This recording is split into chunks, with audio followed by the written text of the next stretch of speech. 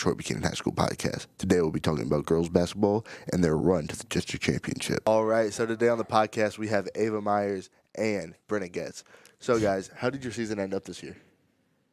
It was really good. We were, do you remember what 26 and Yeah.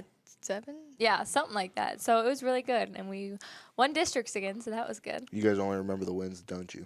Yeah. So how was the district championship game? You guys went to Hal after you guys were, what was your record in the regular season against them? We won one against them and lost one against Yeah. them. And the loss was at Yeah. Hal too. Yes. Yeah. So what was the final score for that? We won by like 12, right? Wasn't it like 12? Something like that. I don't know, but it was good. We played really good. We started off a little slow at the beginning. Yeah, it was a really close game for a long time. Yeah, but then we finally did what we knew we should. The whole game, and then we were perfectly fine. Who did you guys thought was going to be your biggest game to play against this year after you guys got your schedule? Well, for me, I think just it's always going to be Incarnate. Like, just always thinking about getting to them every year. So that's what I probably think. Yeah, I think a lot about Hal. We don't like Hal, Yeah. so that's always a big rival game for us, and those are always so fun to play in. So like, what's the locker room like before you guys play Hal? Like compared to like a team that like may not be as good as Hal. How's the locker room like before and after? Oh, we go crazy. Yeah. We turn the music all the way up. Yep. We dance. After we win, we throw water. Yeah. We clap. It's and pretty good. It's so fun. Yeah. So you guys get hyped for that. Yeah, we do. Yeah. Compared to the first game of the season to the conference championship, how big of a difference do you guys think your play styles were? Because you guys obviously played together for a while now, and you guys are like used to playing with each other. But there's freshmen on the team and stuff like that don't know how you guys play really. How was it at the end of the year whenever you guys all got to be together and win? I'd say pretty aggressive. We always play really aggressive, fast, and always maximum effort and a lot of selflessness. Everyone's making plays for each other. All right, Brenna, this one's for you. Okay. 51. How do we get there? It was my number all the way back in like second grade when Ava's dad was my coach. So he's my coach again, and we got new uniforms, and he ordered me a 51. And how did we come up with 51 in second grade? It was my dad's race car number. Awesome. Yeah. And Ava, you wear the same number your dad did, didn't he? Yeah. How was it like for your dad being your coach for that long? I love it. Like, my dad's always been my coach, so I'm just, like, so used to it. But I think it's so cool. Like, I get to experience that with my dad. Like, it's so cool. Like, all the time we put in together and then getting to win, like, 4 in a row. Like, that's so special. What's your guys' motto for basketball? Play hard, play together. All right. Well, thank you guys for being on the podcast. I'm Caden Hedge, and I'm here with... Coach Myers. So, Coach Myers, can you give us a little background information on who you are and what you do? Very much so. This is my 25th year in education, and I've been coaching most of that time. We're here to talk about girls basketball. Yes. So we just finished my third season as the head girls basketball coach. All right. And I've had several roles in the school district, including a social studies teacher. I'm now in the college and career readiness side of things. But been here at Troy for 25 years and live and work here and raising a family here as well. So, 3 years at the high school, you've won district championships all 3 years. That's correct. What's that mean to you?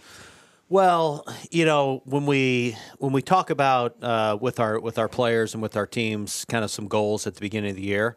Obviously, winning a district championship is one of those things that you talk about.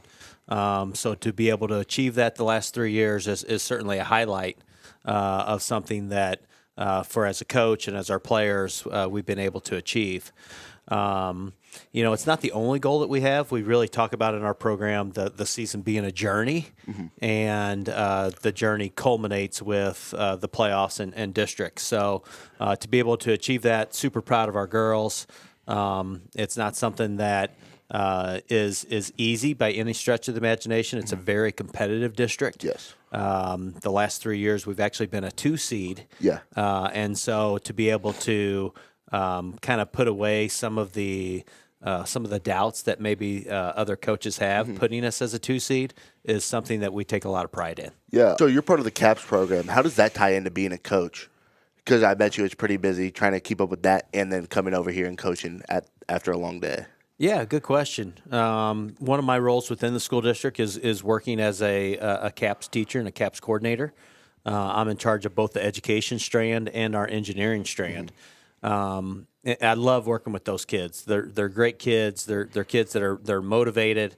And so I guess there is a kind of a coaching comparison, being a teacher in the classroom, and trying to coach those kids in regards to being the best that they can be, and the different internships that they're a part of, the letters of recommendation, and seeing them, graduate and move on. So there certainly is a tie-in between a CAPS coordinator and a head coach. So before we had you on the podcast, we had Ava and Brenna in here. We interviewed them, and Brenna wears 51. So I had to ask her about her jersey number, and so I asked Ava about her. She said it was your old number. What does that mean to you, getting to see her playing your old number? Yeah, that's pretty neat, and good research on your part in regards to that. That's what good interviewers do. Thank you. But yeah, actually, I wore that number because my older brother wore that number in high school. And so I wanted to be like him. He was 4 years older than me, and so 21 was my number in high school and college. And then for Ava to wear it, it is special. It means a lot, and for her to have the career that she had was just can't say enough about how proud I am of her and the career that she had, and Brenna as well. Brenna's 51. I'm sure she told you came from her dad. Her dad's racing number. Yeah, that's right. And so when we redid numbers this year, I made sure that we got a 51. That's not a number that you see a lot in basketball. Yeah. But I know Brenna wore it with a lot of pride, and she had a great career and a great year as well. For sure. So what was it like for your high school career? Well, it's a long time ago. I had a really good high school career. I enjoyed my teammates. Actually, my best friend today was someone that I played basketball with. Oh, really? We were called the Truckin' Twins because we were similar in stature and similar in the way that we played. And I remember an article came out in the paper, and they're like the Truckin' Twins, and so I really enjoyed my high school career. Enjoyed my college career, learned a lot just in regards to building relationships and coaching from my college coach. And it's something that I always wanted to do. That's why I got into education, because I wanted to be a coach. And so now to kind of hopefully mentor other young people that are interested in education and interested in wanting to help young people, whether it's through sports or just through being a teacher. I really relish that role. So you're talking about wanting to be a teacher. You made it sound like you were pretty young during then. When in your teaching career did you really realize how important your role was in a person's life? Yeah, I think probably early on. At the end of the year, I'd always survey my students, and part of that survey was just having them reflect on things that they learned while they were with me throughout that year. And a lot of those surveys came back, and it had nothing to do with the content of what I was teaching. I was a government teacher for 20 plus years. It was just, we learned a lot about relationships and about life in general, and about employable skills, and, how to shake hands and how to look people in the eye. And so those were things that I was super proud of in regards to getting feedback from students. And you could see as a teacher, you're affecting these students in more than just teaching them about the 3 branches of government.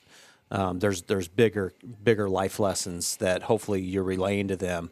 And then, after kids graduate, for them to come back to the high school and say, "Hey, Mr. Myers, good to see you," and drop by your room, that meant a lot as well. Okay. Thank you for being on the podcast. Yeah, thanks for having me. Great job. Good questions. Thank you. Thanks for watching the podcast.